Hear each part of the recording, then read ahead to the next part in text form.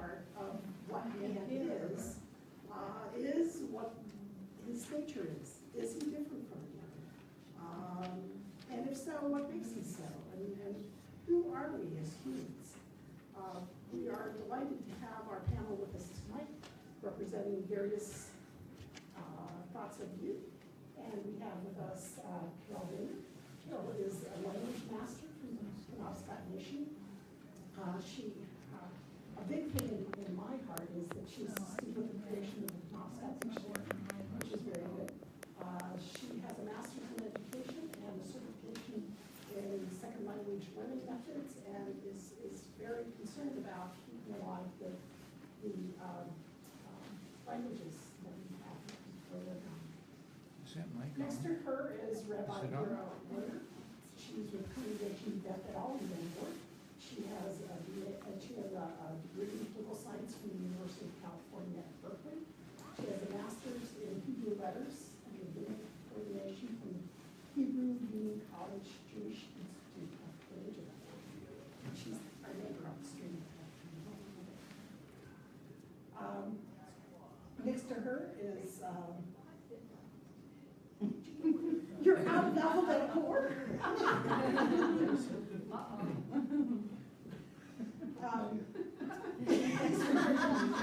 actually thought that you had specifically put me here as a Unitarian Universalist because it was sort of in the middle. That was the other. We have Reverend Andrew Moeller, who is with the Unitarian Universalist Society in Bangor, also one of our neighbors on the street. He has a master's in divinity from Meadville Lombard Theological School and received his credentials from the Unitarian Universalist Association and Unitarian Universalist Ministers Association. Next to him, we have Dr. Michaud. He has a PhD from Boston University, and he has a master's degree from Bangor Theological Seminary. We have to plug Bangor institutions, even though it's not here anymore. In memory. In our hearts. And a BA in psychology from the University of Maine. Next to him is Omar Conteh. Very good. He's the outreach coordinator for the Islamic Center of Maine, which is in Orono, and he is a student at the University of Maine. Not currently. Former student of Universalist. Very good.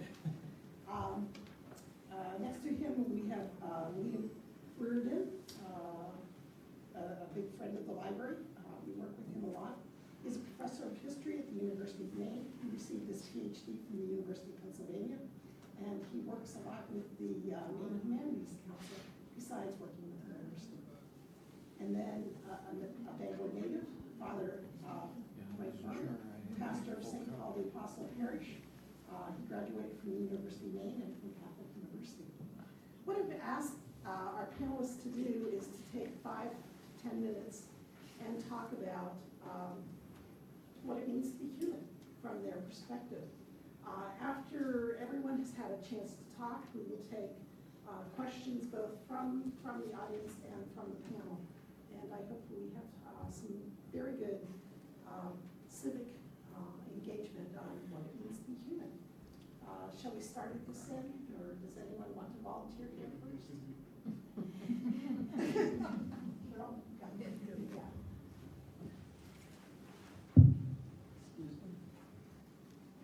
yeah. I was thinking of Native theater. We were doing plays in that, and we were talking about the time that theater has in being realized as like bona fide theater. And Bill Yellowrobe and I looked at each other and we said it's about being human. You know, it's hard for it to be accepted, and it's different. It's not your mainstream theater. You know, it's really different. But what it means to be human, I just think of my language. My language is pretty old, and we had a young linguist working with us one time, and he tried to say that we didn't think things were sacred, and that bristled a hair on my back. So I talked to my cousin, Pastor Michaud, and asked her about, she said, like Chittamita, great respect for the water. You know, we think a lot of it. You know, high regard, high respect. So that was her take on that. And of course we have that way Salamagwe in our language is sacred. And I don't know how that breaks down, but we have words for that, and charity and faith and hope. Weekweda Mawagan. I don't speak my language a lot because there's just a few of us, two of us that I know can speak, and I don't know what holds me back. I tend to not speak it enough. You know, I'm not totally comfortable, and I'm not a native speaker, but I can talk about my culture, and it has taught me so much to know my language. And I know that it's, eons old, and we have these concepts, Gazalta Mawagan, love, Weekweda Mawagan, hope, faith, Willemsad Wagan, belief, faith, and words like that. And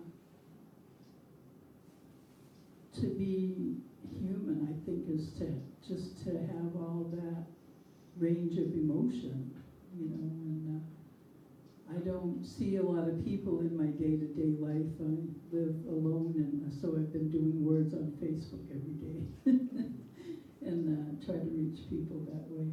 But it's more important if you speak it. And I think that's what it means to be human, is to be able to express your feelings and your thoughts and your daily, day-to-day doings in your own language, because we've been, our language has been eradicated from us, I think purposely in the school, through religious teachers. And I know that because my elders have told me, they got slapped with rulers, or they were punished for speaking their language. And so I think that's part of what fuels my fire, is almost my resistance to all that happened. That's why I want to be able to speak my language. I want it to be okay to be speaking your language, and that's, to be human is to express it in your own way, in your own thoughts. One of my favorite words is Sankawita Hazawagan, and it translates into still thoughts. And when I think of my culture, I think of the goodness, the peace. When you're out in the woods, how do you feel? A lot of people go camping, and how does that make you feel when you think of our people? And it's funny, the road I take to get to that, sometimes I look at Eastern Buddhism, and it reminds me of our native ways, especially that word, Sankawita Hasawaga, still thoughts. And we faced a lot of things, oppression, colonialism, and it's been a rough road for a lot of us, but we realize what's happened to us, and a lot of the young people look to their ways. They're looking for that path back, I think, to ourselves. And I think that's human, to want to express yourself in your origins, to be at peace with your origins, that it's okay to be native, it's okay to speak your language and not be harassed or, anything for that, and there's not enough of us at the island. I know Roger's helped us, he's teaching Passamaquoddy. To be human is to make mistakes sometimes. I got really angry at people at the school, and I walked one day. Didn't give it a thought as to the consequences of that. And sometimes I regret it, but Roger stepped in, and he's been doing language there, and I've been with Cultural Historic Preservation Office. I've recorded the whole dictionary that we have, and I've recorded stories. And Marco and I are working on publishing stories, and to see that, you know, how our people believed and what they thought, because they told these stories every winter. They told it to the young to socialize them into our values. And that is how we built our society, because we didn't have jails, we didn't have policemen. You know, the grandmothers were in charge of all domestic affairs in the family, and the men were the chiefs. Maybe there were women chiefs, I don't know, but they worked side by side. And in the old stories, it'll say we had our sagamars and we had our grandmothers. And that's how we ran our society. So we were organized. And I'm just saying this because it's all part of being human. You know, when we've run our business and we've been through the land claims, and the reason we got that is we continued our way of governance. Not the way I'm talking about, but in states stepped in and held elections, and we adopted that way. But we had traditional chiefs and we had grandmothers, and that's how we ran everything. The woman had the say of everything domestic, and I'm sure other, but the chiefs listened to them too, and you know, they ran everything. And our people need to know that. Our kids need to know that. You know, like we have so much false information out there that you get about being Native and what it's about. I think that's what else fuels my fire, you know, because we have all these stereotypes about what it is to be Native, and we encounter it all the time. So my purpose in life has become to teach the language, but when you teach language, you also teach culture. And to me, culture is a way of doing things. And my aunt used to teach me a lot. She said they used to go get ash, you know, because a lot of the people made baskets. She said they'd put the sticks in the river, because you had to soak them anyway, but they'd put numbers on them, and they'd put corresponding numbers in a hat. And then you'd go and pick your number out of the hat.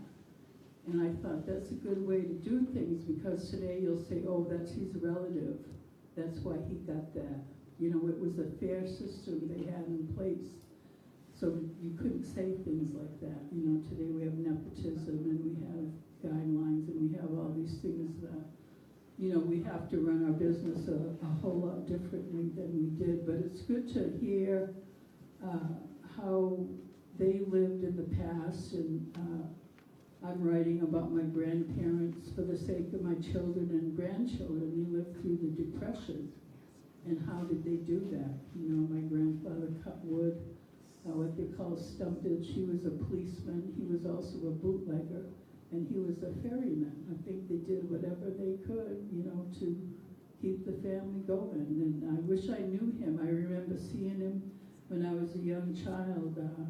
Still meet people, I'll say, did you know Sylvester Francis? And once in a while I'll get a story. You know, he was a clever man.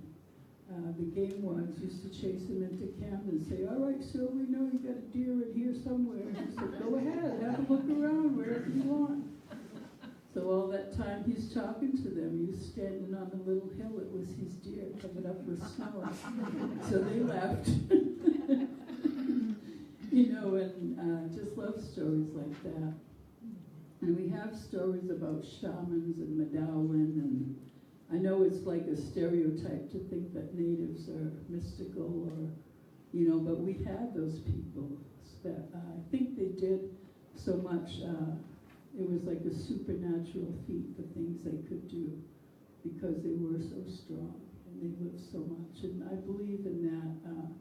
We don't have ways to access that. You know, a lot of our ways have been taken from us, but some of our young, and this was Father John Haskell, who came from Ojibwe country, introduced Vision Quest for the young people, and I went on one myself.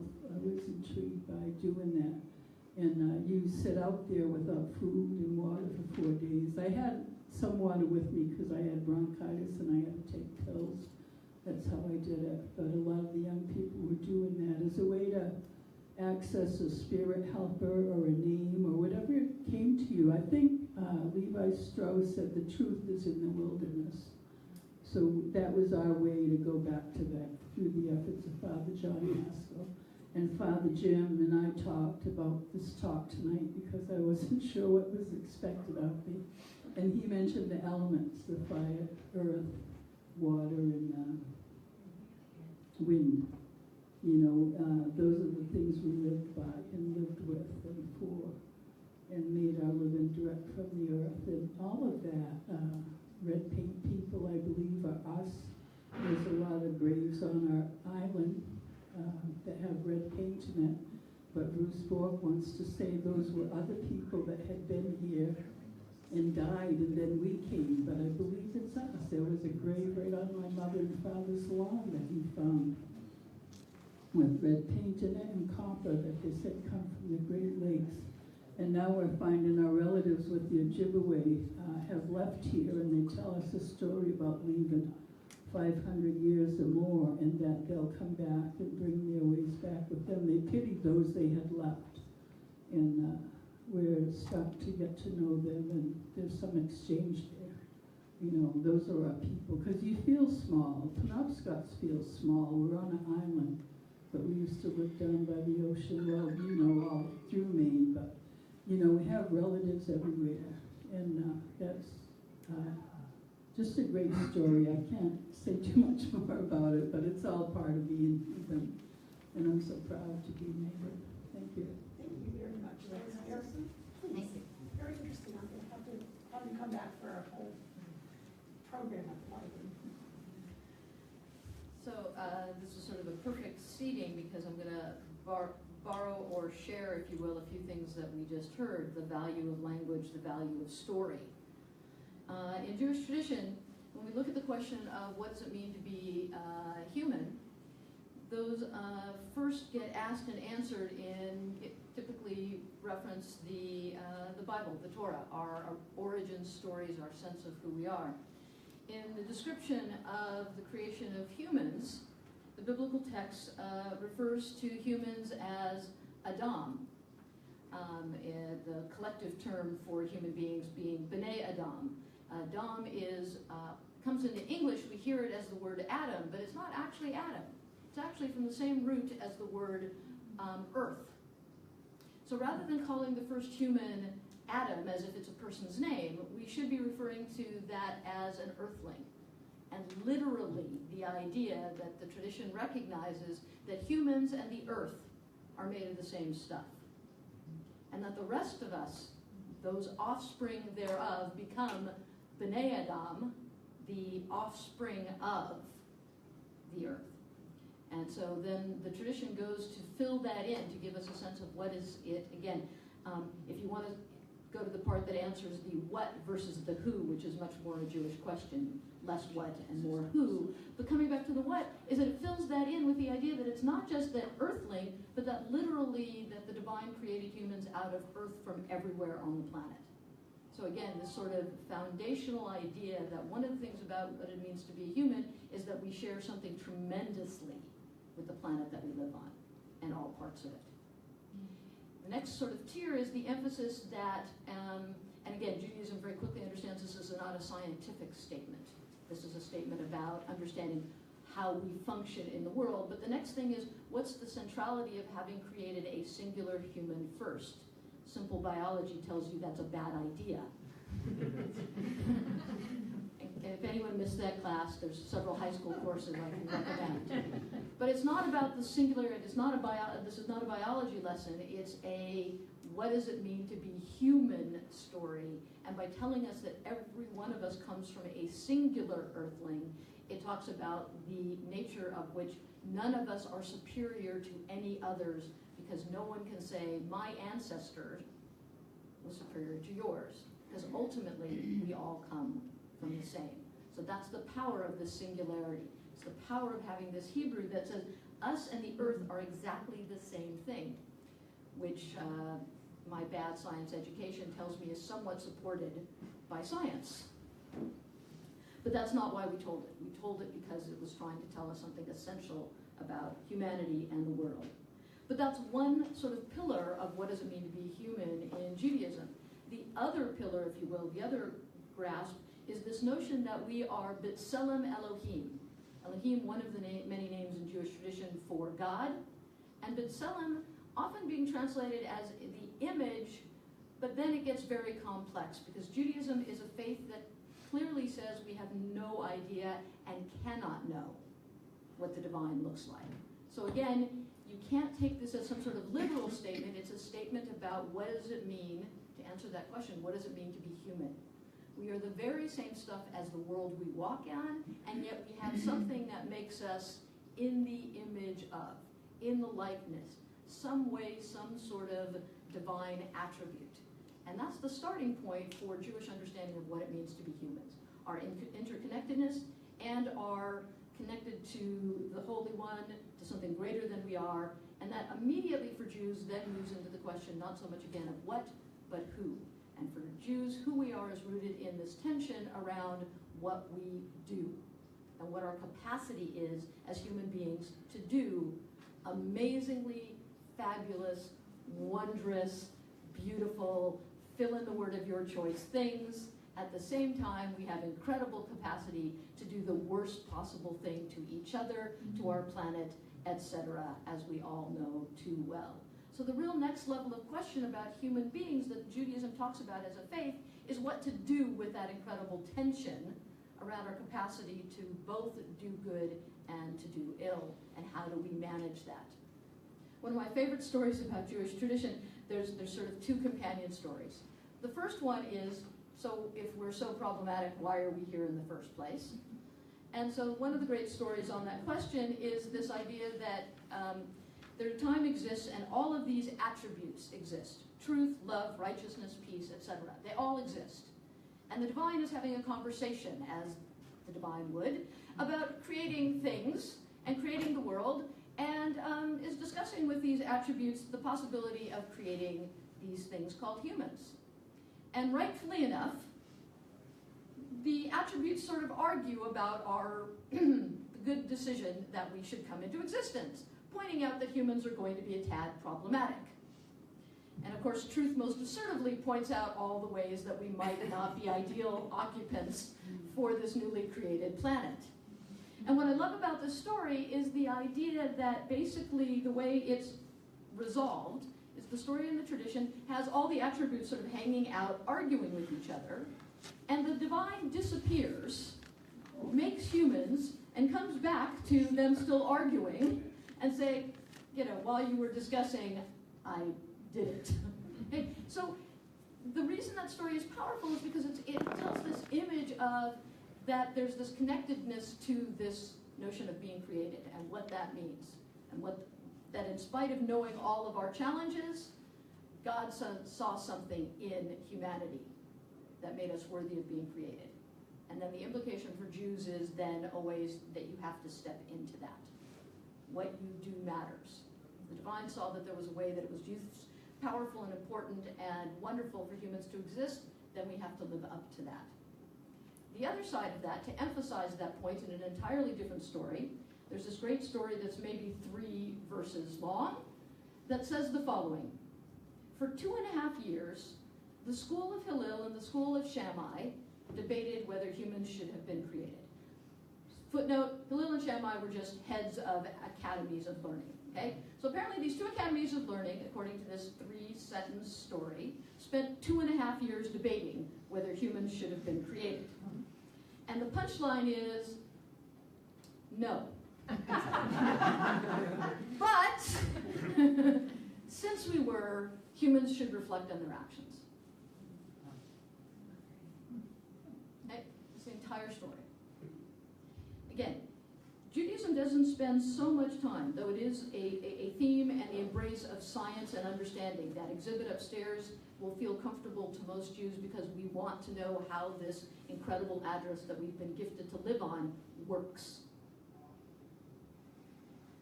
But that information has to function through a, if you will, a moral lens. And then for Jews, we have a particular frame for what that looks like. It's a series of understandings about how one is to behave and not to behave, a system known as a system of mitzvot, commandments. and then Jews have spent the last 3,500 years, plus or minus, discussing how to do them, if we should do them, and how you're doing them wrong. But it amuses us, so here we are, and we continue. So again, emphasis, connectivity, responsibility, high visions, and the fact that it's an ongoing conversation. Thank you. Wow, let's take a breath. You covered a lot of ground there in a short period of time.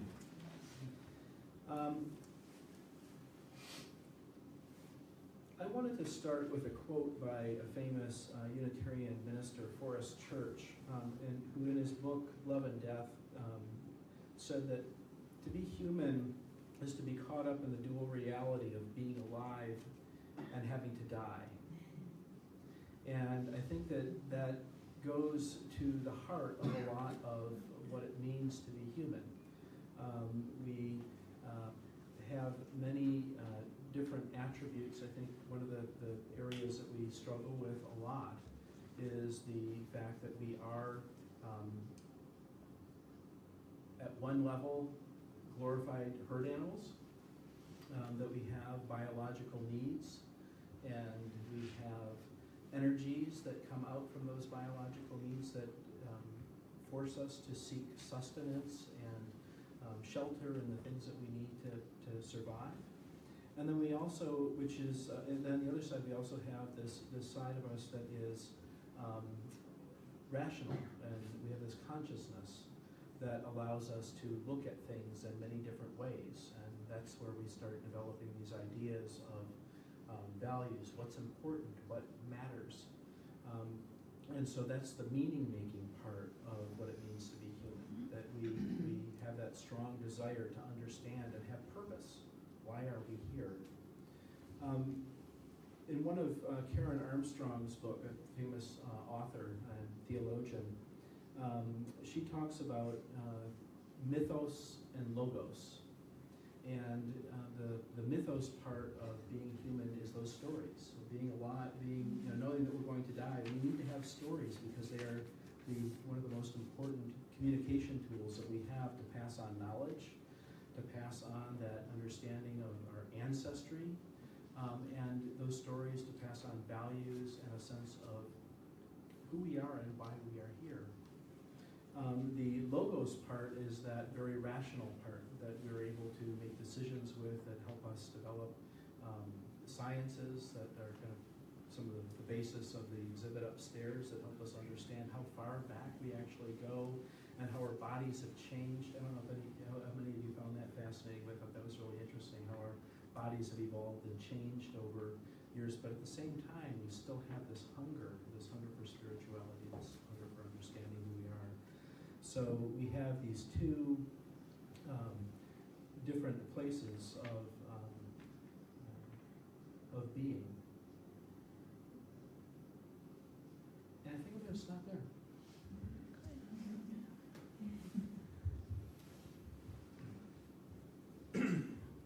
And hopefully my voice is not in great shape, as you can tell, so please bear with me.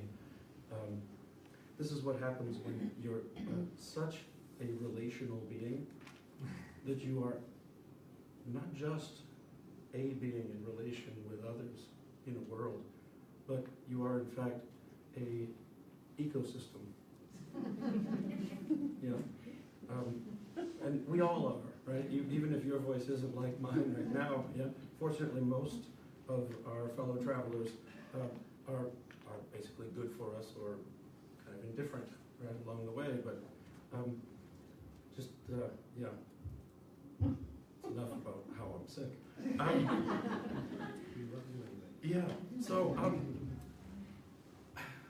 boy, what does it mean to be human? 5 minutes should do it. Yeah. Right? Yeah. And I gave you 10, so there you go. Oh, well. Got some spare. 10, that's even better. Yeah. It means a lot. Yeah, it means a lot of things in a lot of different ways, obviously. The first thing that comes to mind for me is that it matters that we are the kind of being that asks this question. I love my dog Buddy. I like to think that he has an intense mental and emotional life. You know, I'm not entirely sure about it, but I feel pretty strongly that he does. But I'm quite certain that he doesn't ask himself, what does it mean to be a poodle? Right? But we, whatever else we are the kind of thing that does do that. Yeah? We ask that question. We ask that question about ourselves as a species, and we ask that question about ourselves individually. And in the asking and attempted answering of that question came the birth of ancient Greek philosophy, or at least the full flowering of it, with characters like Socrates and taking seriously the admonition of the Delphic oracle to know thyself, to come to a level of self-understanding. And with those Greek philosophers, I tend to think that that has a lot to do with what it means to be fully human, right? To be able to ask the question, to be compelled to ask the question, and to seek answers to that kind of question. Yeah? Many of the great religious traditions of India, in particular, right? So immensely complicated mythos and logos, yeah, around the self, yeah, which is in its own way asking of this question: who are we? What am I? Yeah, who am I in this cosmos that I find myself in? Right. So you find a lot of this in what we call the Hindu tradition, the Jain tradition, the Buddhists. Yeah, the Buddhists are great at self-examination. All right. So I come from the Episcopal Church. I'm an Episcopal layperson, you know? And by academic training, I'm a Christian theologian, you know? A theologian of a decidedly philosophical bent, which sometimes sounds strange to people, but so when I think about this question and my own tradition, a few things come to mind. In particular,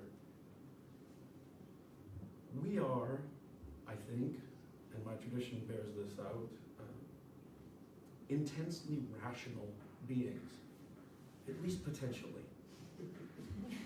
Yeah? Yeah? I think, in fairness, right? As we've already heard, our failings are well known to us,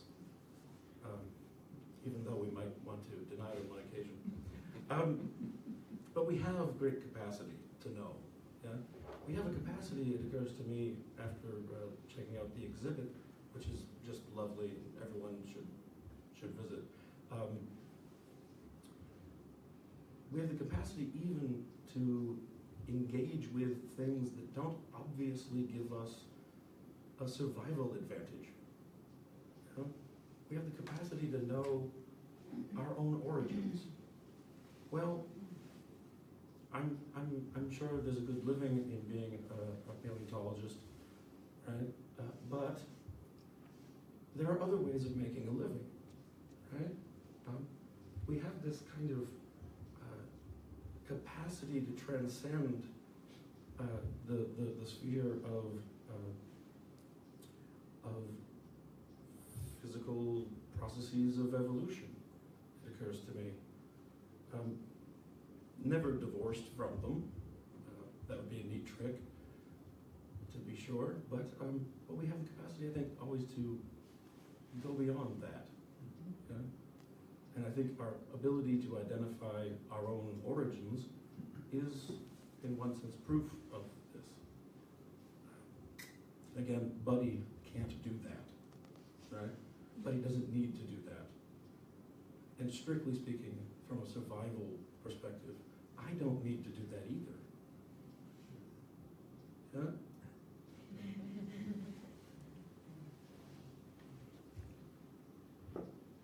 Now, one more brief comment, and apologies for being far less coherent and articulate than the rest of the panel thus far. But there's a common confusion that I want to address between creation, sort of a theological doctrine of creation, and the kind of account of human origins, or even in a larger scale, the origins of all things. Right?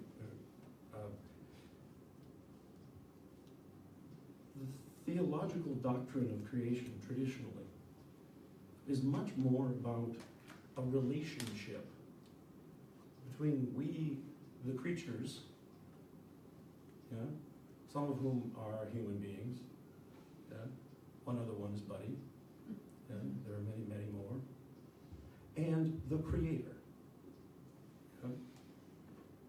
So the understanding that I have, that's deeply informed by my religious tradition and my work in theology and philosophy, is of divine creation as an acknowledgement of the kind of dependence that I and everyone else and everything else has.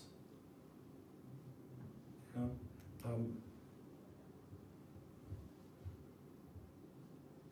In that context, the exact date of the creation of the planet Earth, not really important, right? Not important for the theological doctrine, right? Important as a scientific fact, interesting, yeah? But sort of an additional thing to know, yeah? Creation as a relationship between creator and created, or creator and creature, is not just an event one time in the distant past, whether you think that past is millions of years ago or just under 6,000 years ago or whatever. Right? It's not just that, it's an ongoing relationship here and now.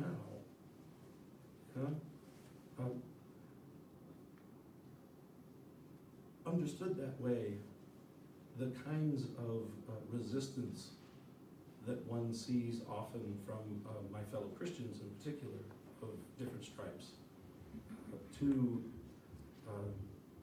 notions of evolution by natural selection in particular, seem fundamentally misguided, not just as science, but as theology. You know, the notion that one might read the first couple chapters of the book of Genesis, for example, and glean from that a scientifically satisfying account of the origin of all things is just plain foreign to me, and it was foreign to ancient theologians in my tradition, including St. Augustine of Hippo. Rather famously, infamously, Augustine said a lot of things, some of it not great, but he's a pretty good authority to grab a hold of, right? Because most of us in the Western Christian tradition will acknowledge that, well, Augustine was probably right about most things. So he's a convenient figure. Anyway, in explicating the first couple chapters of the book of Genesis, he argued at length that clearly what we're talking about here is not 6 regular calendar days, right? Not the least because it's not until day 4 that we have the sun. Yeah, that's problematic, right? And even an ancient reader of the text could notice that, right? There's nothing particularly modern about that observation. That to have a day, you need a sun, right? That's how it works. So Augustine's interpretation of this was essentially that, well, what this story is telling us is that yes, God is the ultimate source, the ultimate creator of all things, but also that there is a process to creation. You know? Yes, there's a kind of instantaneous creation from nothing that Augustine argues for. Right? He thinks that this is biblical, right? Just poof. Immediately, all of the stuff of the universe is. Yeah? Before that, if it makes any sense to talk about before that, which it doesn't, there was nothing. Yeah? And then stuff, all of it. Yeah? But the process of bringing order to that chaos, yeah, is a process. And it's a process where bits of the natural order are given relative autonomy to bring forth. So you get repeatedly in the first chapter of Genesis. Let the waters bring forth living creatures. Let the land bring forth creeping things of all kinds. And, right? So God's the ultimate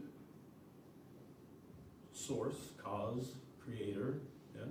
But in and through a process. Yeah? Now, Augustine of Hippo came up with this way of reading Genesis as a Christian bishop in about the year 400. And Augustine of Hippo, like myself, would be only happy to see this exhibit from the Smithsonian that we have here, right? He would say, oh yes, of course, the process of coming to something as potentially grand, yeah, as human beings was long and complex and fraught with setbacks along the way, and yeah, this would not bother him at all, I think. So, yeah, I'll try to shut up now and leave it there.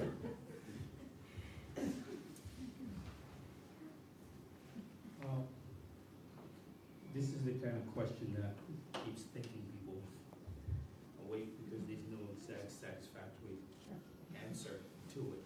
And as human beings, we like to have satisfactory answers so we can put our minds at rest and our hearts at peace.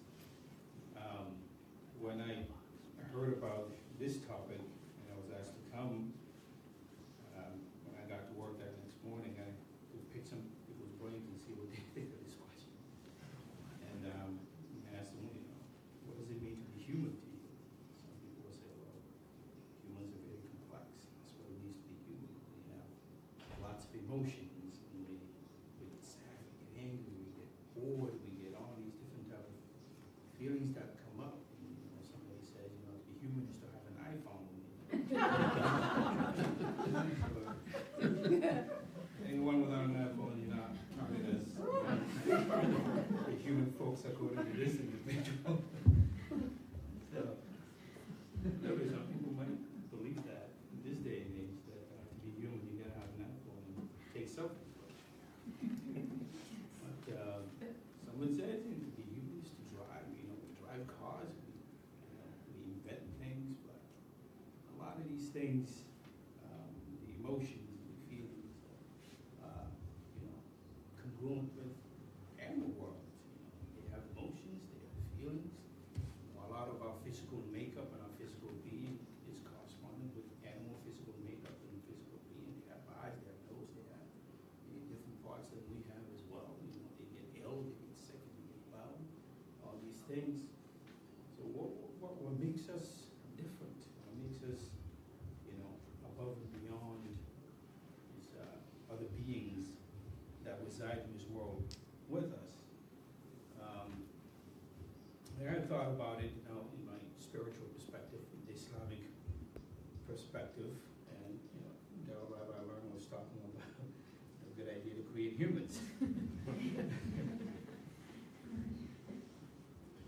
story in Islam when God decided that He would create this being, the human being, with the same type of leaning. God did tell this to the angels. He announced this to the angels in heaven, and He told them, "I will create this being, this human being." And their response is, you can look at it as questioning whether this was a good idea, right? And they responded. They said, "Are you going to create a being that would cause mayhem, destruction, while we spend our time in praising you and speaking of your good name?" And God's response to that was, "I know what you don't know. I know what you don't know." But the angels are a little different in Islamic religion. They have no intellectual curiosity as human beings do. Right? The humans are different. Angels are different from us because they have no intellectual curiosity as we do, but they didn't have any questions beyond that. If it was humans, we'll have a billion questions to ask. What do you mean you know what I know? Give me something here. Is this a good idea? So, we're here, and what makes us us? And one of the things that makes us different as human beings is that we're curious. We have a mind to know. And we're never satisfied.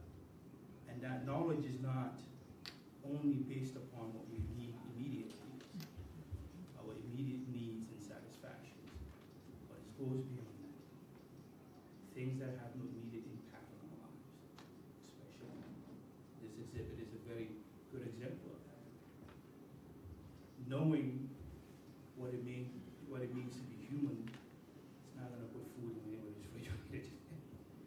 Knowing what it means to be human is not going to wash anybody's laundry. Knowing what it means to be human has no tangible effect in our lives immediately. But yet, we would love to know. We love to satisfy the curiosity. It makes us human. We are in need to know things that have no immediate impact on us. And the animal world are not that way. They seek their immediate need and satisfaction at the moment. Right? What makes us human, according to Islamic perspective, is we strive to overcome challenges and obstacles on a daily basis, just for the sake of a challenge, just for the sake of overcoming something. Even after overcoming that thing, it's no more, it's no impact, there's no use for it anymore. We have to be able to do that.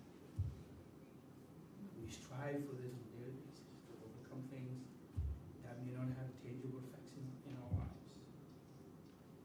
We say what it means to be human is in pursuit of useful knowledge, always in pursuit to improve our lives, to make life easier. It's how all this technology comes. Useful knowledge. To be human is to have the desire, this overwhelming desire as human beings, to pass down our beliefs, our morals, our ways of life to later generations that are connected to us, and even those that are not connected to us. To be human is the overwhelming desire never to be forgotten. To not leave this world and be as you've never been here. To leave something behind, to be known in some way. Even if it was just one person that you left behind, to be known in one way or the other. So much so that there are humans who may want to be known for evil things, but the desire to be known for something, even if it's negative. This means to be human. Right? And to be human, according to our perspective, is the desire to connect, the desire to be loved, the desire to mean something to someone or something. And to be human, for us, is that we, from the very beginning, will believe that God God himself breathed his spirit within the first man, who we call Adam, to become this human being. This soul is special. It's not the flesh and physical makeup that makes us who we are. We share these other things with family when it comes to that. But it's the special soul that is put within the human being that makes us who we are. To be human, from the Islamic perspective, is to be accountable, ultimately. We are beings that are accountable to our Creator, according to Islam. Everything else that we see, dirt, grass, trees, insects, birds, fish, animals, planets, have no accountability to their Creator. Why? Because they do not have free will according to Islam. The human beings are accountable, they are special, they are who they are because they have been given this gift of free will to choose or not to choose. It makes us human. And that accountability is to each other. And that accountability is to our Creator. So that Islam says that the human being will be questioned at the end of his life, or her life. Of this life, how did they live it? Their life. How did they spend the time that they were given on this earth? The knowledge that they gathered in this world, be it small or great, how did they use this knowledge? How did they use it for themselves? How did they use it for those close to them? How did they use it for humanity? Our youth, it says that we'll be questioning how we use this period of energy and zeal and a feeling of invisibility. How did we use this time of health, strength? And we're told that we're also given as human beings and nobody else, nothing else, no other creation. We'll be questioned of how we derive, how we got our living in this world. In what way did we get our wealth? And in what way how we dispense that wealth, how we spend that wealth. Whether you got it legitimately or illegitimate. How you spend it, the way you spend it, legitimately or illegitimately. That we're human beings because we have free will to choose or not to choose. And we will be held accountable for one another, between each other. And we exercise that to some degree in this world. That's why we have laws, that we have police systems, that we have courts, and we have lawyers, so that we can be accountable to one another. And as part of human beings, we will be accountable ultimately to our Creator when we're no longer here. To be human is to desire fulfillment beyond our physical nature, beyond our physical needs on a daily basis. When we fulfill our basic needs and that's been fulfilled and all this, and we have no fear of that being met, we have things like this. Gatherings to talk about existential questions that go far beyond what our basic needs are. That makes us different. You're not going to go into the woods today and find a council of deer talking about what it means to be human. Right? What makes them special? It is us, humans. We have needs beyond what we have desires beyond our needs. And according to the Islamic religion, ultimately what makes us human is our free will and our accountability to one another, our accountability to our Creator as well. Thank you. Well, I'm delighted to be part of this panel, and I appreciate that you all have come to hear a bit of what we have to say and hopefully have a bit of discussion when we're done saying our piece. My thought is that I'll say a little bit about who I am to sort of describe my approach to this question, what does it mean to be human? And then I want to move on to talk more directly about the exhibit itself. And that really gives me a framing for what's an impossibly unwieldy question. And then if I'm able to hold on to the thread at the end, I'll bring these two things together and explain how my particular approach intersects with this exhibit. So as Barbara said in her introduction, I'm a member of the board of the Maine Humanities Council. That is the state affiliate of the National Endowment for the Humanities. And what is often the next question is, well, what exactly are the humanities? So the humanities seek to understand qualitative dimensions of the human experience, and its standard tools include history, literature, philosophy, creative expression, systems of belief, and language. How we understand and how we communicate what it means to be human is at the heart of the humanities themselves. The vision statement of the Maine Humanities Council says this very nicely, I think. The goal of the organization is to help Maine communities be transformed by the power and pleasure of ideas. And so I think that's precisely what we hope to do here this evening, to share ideas and opinions with one another and hopefully to grow as a result. The Maine Humanities Council has a discussion series coming up in the fall in Bangor about policing and community relations. If anyone's interested in that, I got a flyer to give you at the end of the night, or we can chat about it a bit more later. Now, a bit more about me in a personal way. I moved to Bangor in 1997 when I took a job as a history professor at the University of Maine. My specialty is the American Revolution and the 18th century Atlantic world, so I'm particularly interested in how we understand the past and how we communicate that understanding in the present.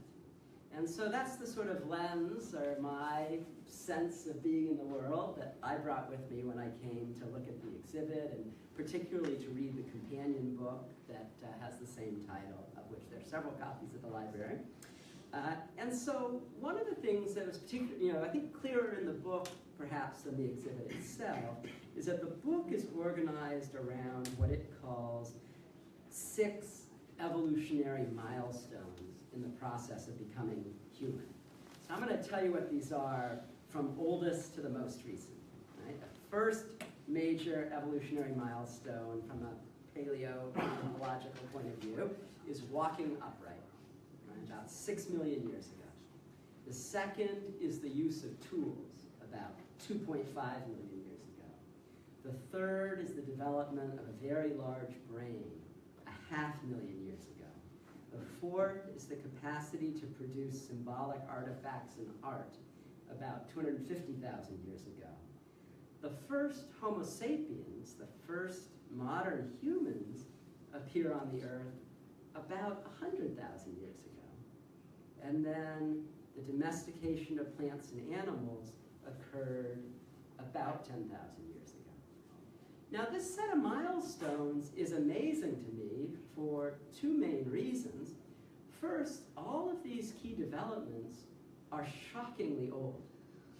Right? The scale required to think about this span from the oldest, walking upright 6 million years ago, to the most recent, the gradual turn to agriculture about 10,000 years ago. How do we wrap our minds around that? Right? Those are numbers in a scale that really challenge us.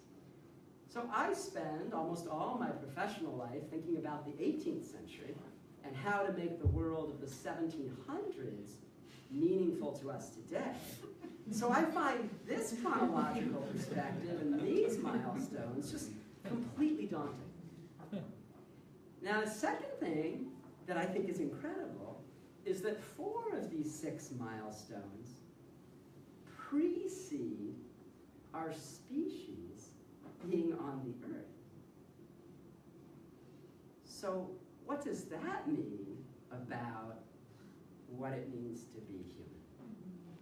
So, given my interest in the humanities, of these 6, the 2 that I find most intriguing, most compelling, or the ones that I can wrap my head around most clearly, are this idea of a very large brain being a crucial development. So it's not just the size of our brain, but the size of our brain relative to our body mass is distinctive in the animal world, and this happens before our species, and it's clearly one of the crucial things in the development of what it means to be human. And then secondly, that capacity to produce symbolic artifacts in art. And again, 250,000 years ago, before our species was here, there were other early hominids, I think is the right term, who were doing cave art, who were making jewelry, who had burial graves. There clearly is meaning and symbolic language and society here, again, preceding our own species. So how could paleoanthropologists possibly know about these things? It's through the fossil record, but particularly through genetics. And we didn't even know the structure of DNA until 1953. And we didn't have a complete human genome mapped out only about a decade and a half ago. So these changes, is what's really presented in this exhibit, is growing certainty and growing alignment between these two types of evidence that allow us to project way back in time. So what are the core findings that the exhibit presents to us? What does all this new work suggest? One is that all modern genetic variations in humans can be traced to Africa. So this continent provides the origin of our species, and we should recognize Africa as the human homeland.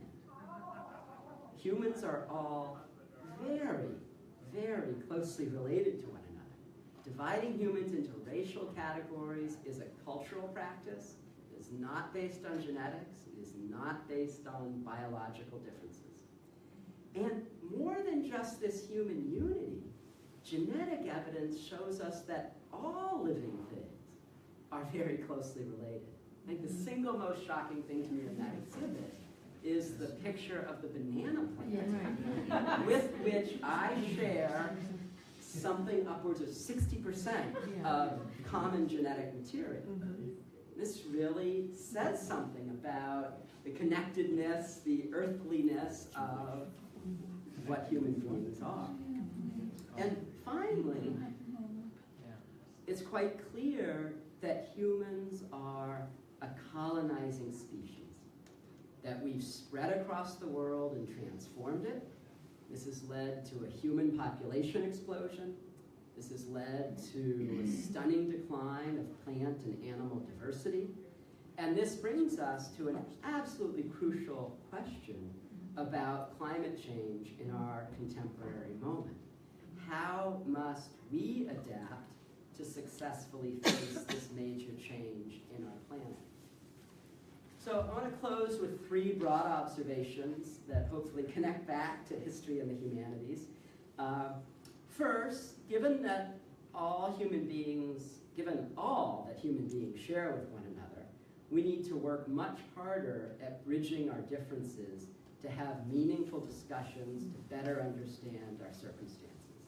And the point is not to collapse into some bleak genetic determinism, and it's not to offer a romantic claim that we all share some universal human nature, because our cultural differences are important, but we risk being so divided by them that it will incapacitate our ability to take meaningful action.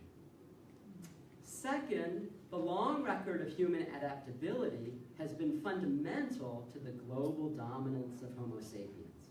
And we have to draw on this flexibility and the plasticity of our mental capabilities in order to plan for our future in creative ways. And third and finally, one of the distinctive aspects of this large brain and this symbolic commitment and communication among humans gives us the ability for relatively rapid cultural evolution, right? That we transmit things to our children and to others in ways that have a dynamism with the potential for significant change. Biological evolution does not allow that, right? It involves the kinds of enormous chronology that I spoke about before. And so it's in this connection between the cultural potential of human beings and the very slow pace of biological evolution.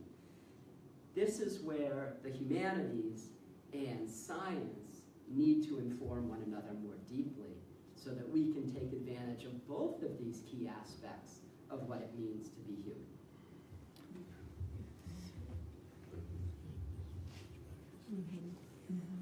I've been ordained 35 years as a Roman Catholic priest, and I think tonight's the first night I've been the last to speak, as opposed to someplace close to the beginning or the middle on too many panels than I can count.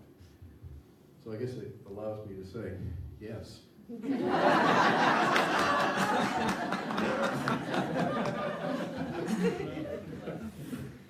I'll probably say a couple more words than that. But really, I agree with pretty much every blessed thing that's been said tonight, and I suspect most of you do too, which is really a nice feeling to have about us humans, that we have an awful lot more in common.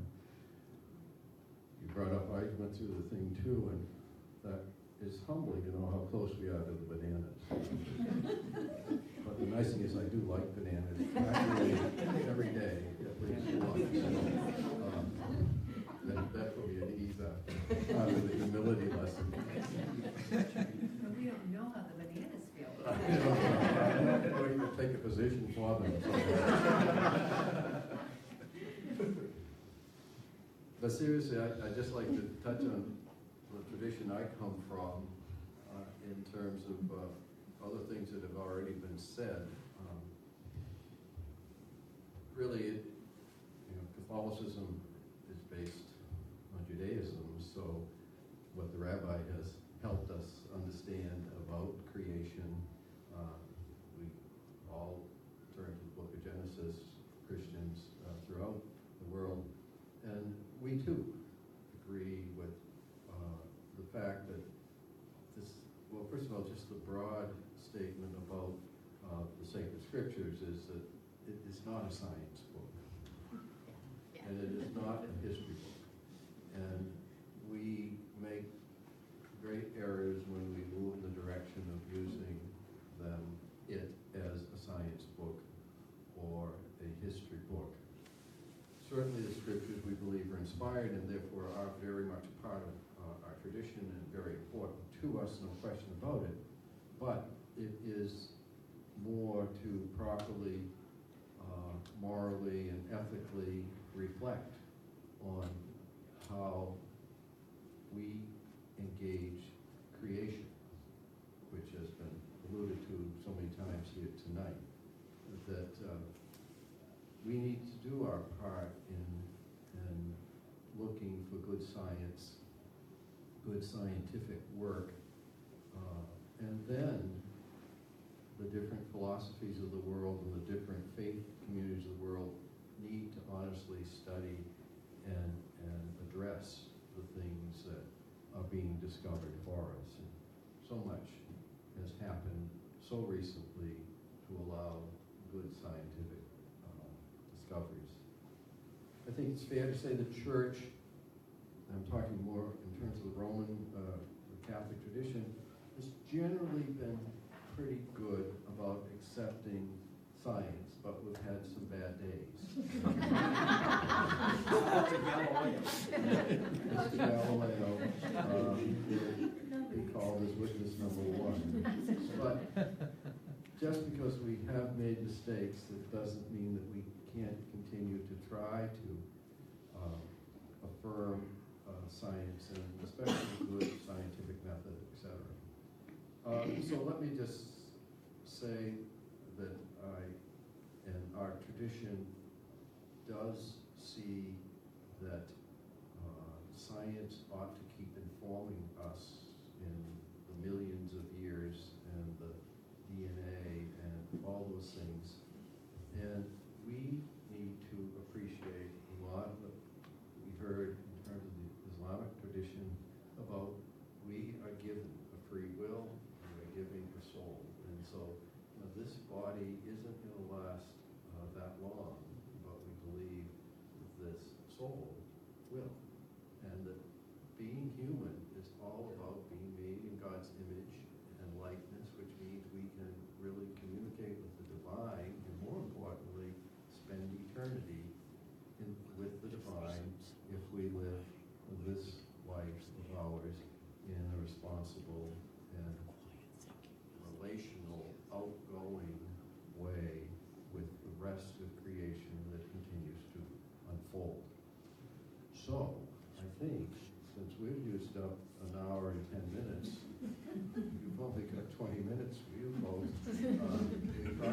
We probably should start engaging each other to make this work the way I think you want it to. Absolutely, thank you. You're welcome.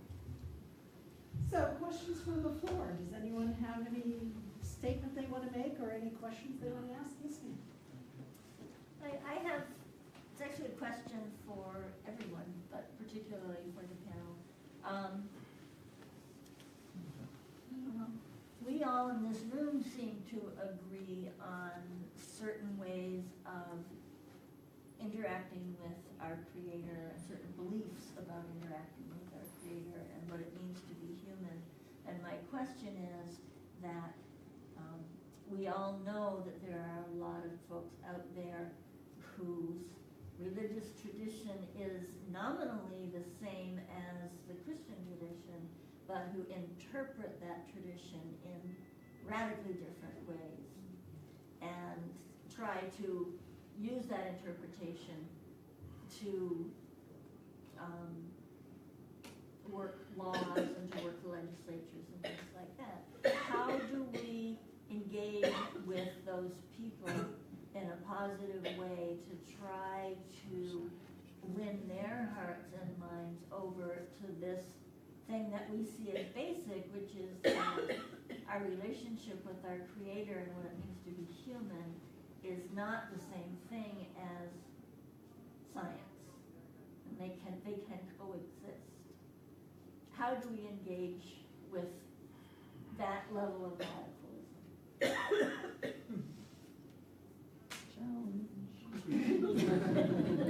It's okay. Nobody has to go first. Somebody does have to go first. I'll take that.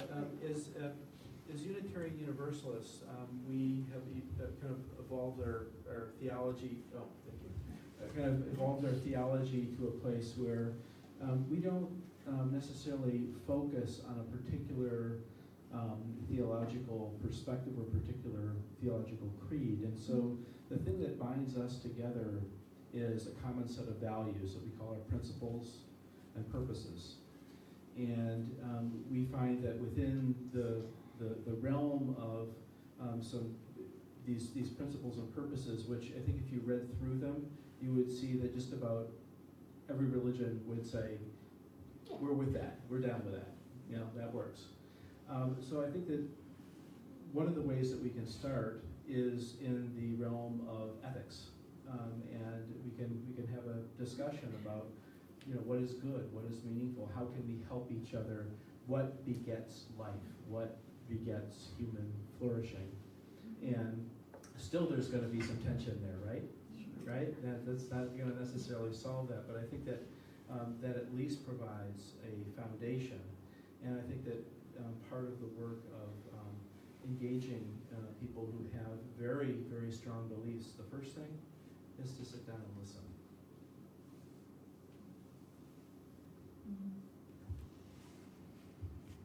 Which is not always easy to do. That's one of the more difficult things to do well. Just sort of piggybacking on May I have your attention? Oh. The library will close in 15 minutes. Tonight we close at 8 o'clock. Please bring your books to the front desk. Thank you. Okay.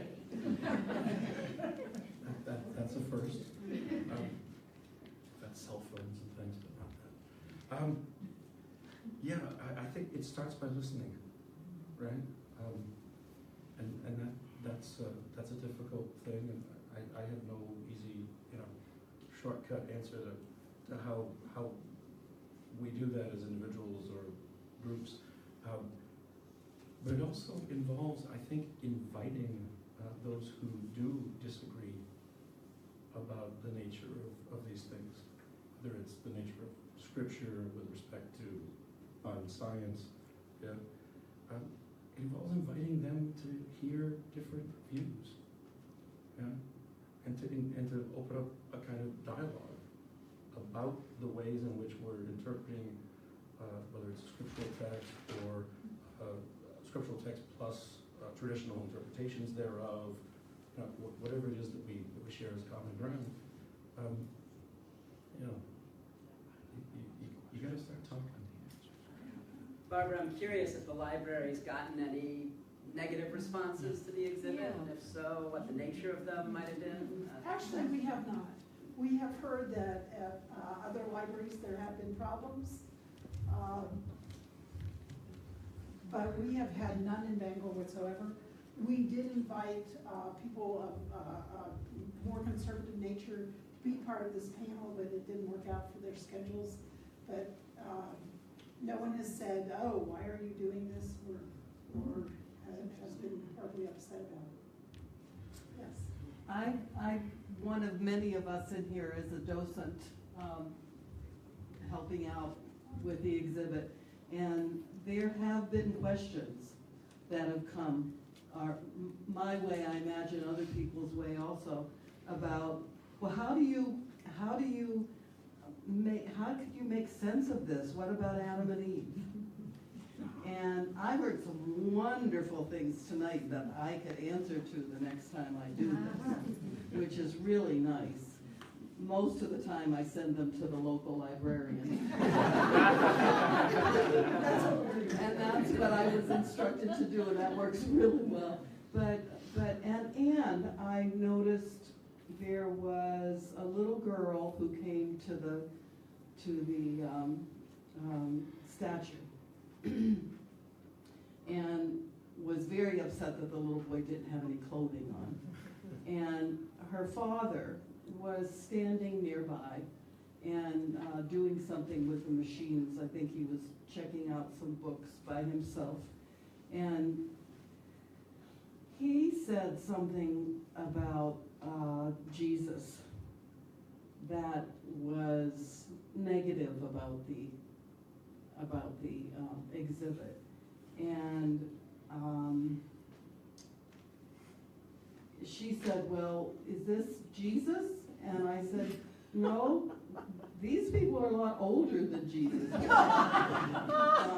And it warmed the father a little bit. I think that if we open ourselves some, there was no miraculous thing that happened with that, but it warmed him enough to start. He looked a little bit more at the exhibit after that. So thank goodness for little children. Thank you for being a docent. Well, thank you all. I could stay here another hour and a half with you all, really. So, I'm a dual major from Boston University in biology and chemistry and also sociology. 12 years Catholic school from first grade to 12th grade. My experience with the intersection of science and religion is about 6th or 7th grade when we started talking evolution and science, and I said, "Sister, what about Adam and Eve and the creation of two people?"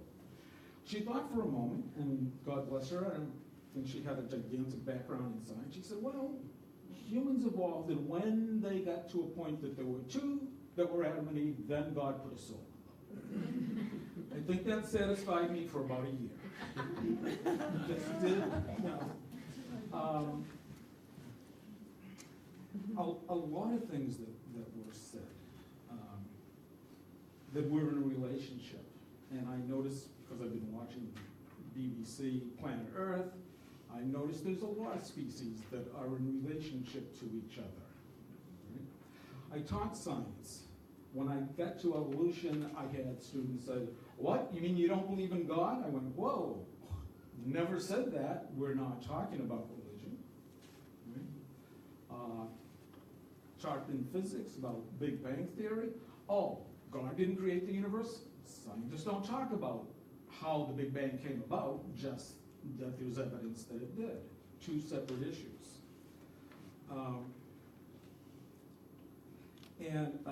When you mentioned you come from an intellectual point of view, I said, "Oh, Augustinian." For better or worse. Yeah, for better or worse. I don't know. I would have rather that Patrick won the arguments at the Conteh. So I see, in the DNA, I recently found out that I'm mostly, almost entirely Homo sapiens, but I'm just a littlest bit Homo neanderthalis. So what does it mean for me to be human? I guess not quite Homo erectus, but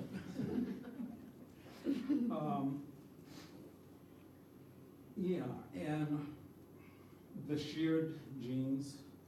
A lot was talked about our consciousness and our thinking. For me, anyway, trying to find a purpose in life, like from outside source, I don't think so. I am close with the person who gets up every day and says, "What good can come of a day that starts with getting up?" And life is horrible. I said, well, my view is life and its purpose is what each individual made. And as Unitarian Universalists, in relationship with each other and our set of principles, is what makes my life meaningful for me. Whether there is a divinity or a creator or not, for me, it's how we work our life at the moment, and not whether or not there was some outside source. Thank you so much. More comments from I do. Sorry. Yeah.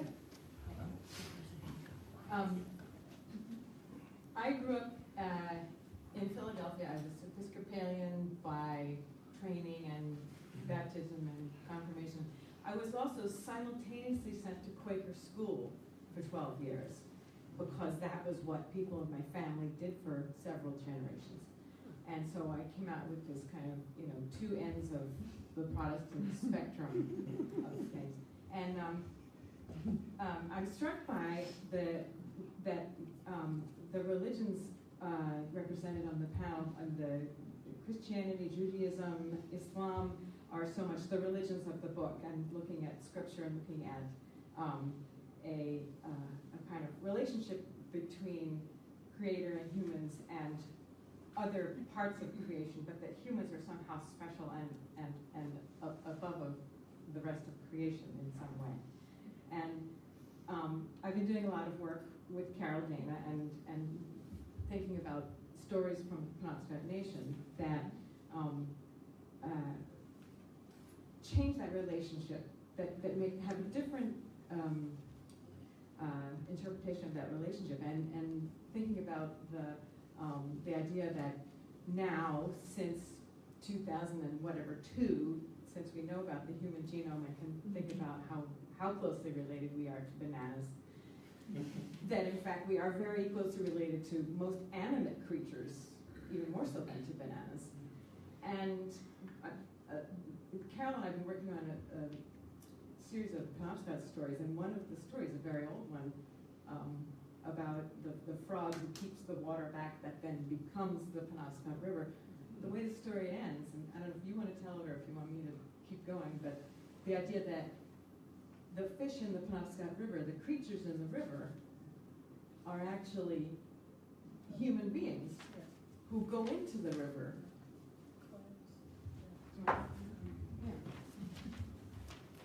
The story is about Agua Bemu, and whose name means guards of water.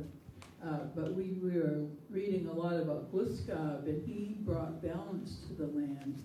And he had to go to the frog and ask him, why do our people, and the frog wouldn't stop holding back the water, so I think he grabbed him and broke his back, and he still wouldn't give up. So he cut down this big yellow birch that fell on him and killed him. And from that came the water, and all the branches of the river and everything came out of there. But the frogs, the turtles, and the fish were the people that had jumped in the river. They were so, thirsty.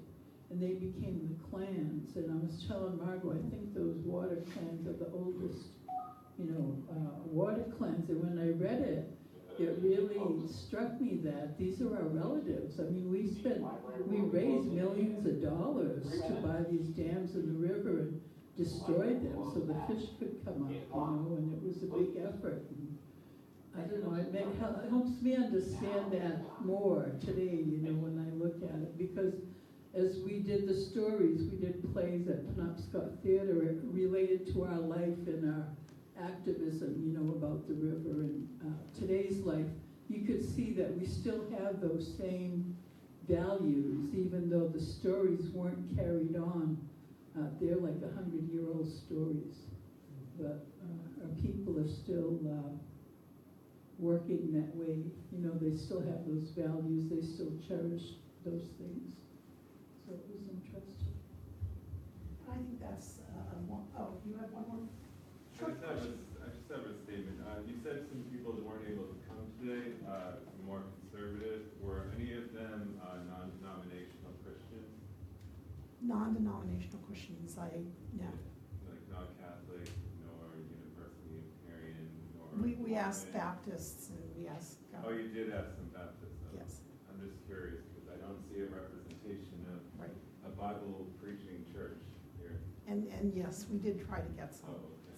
Thank you. I have a quick thing. Yes. I think just to follow up to what some of the other folks had mentioned, I've been kind of developing this thought that evolution is very complex, very complex. It's, I think if you read about it, you find that there's a lot of ins and outs, back and forwards and so forth. And the fact is that all creatures went through evolution and developed some very complicated systems. One of the things that we as humans have, of course, as you mentioned, was the large brain.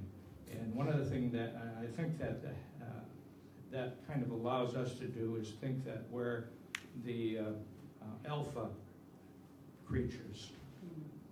And I am kind of coming around to this idea that we're part of the fabric, and we're not dependent, but we're interdependent.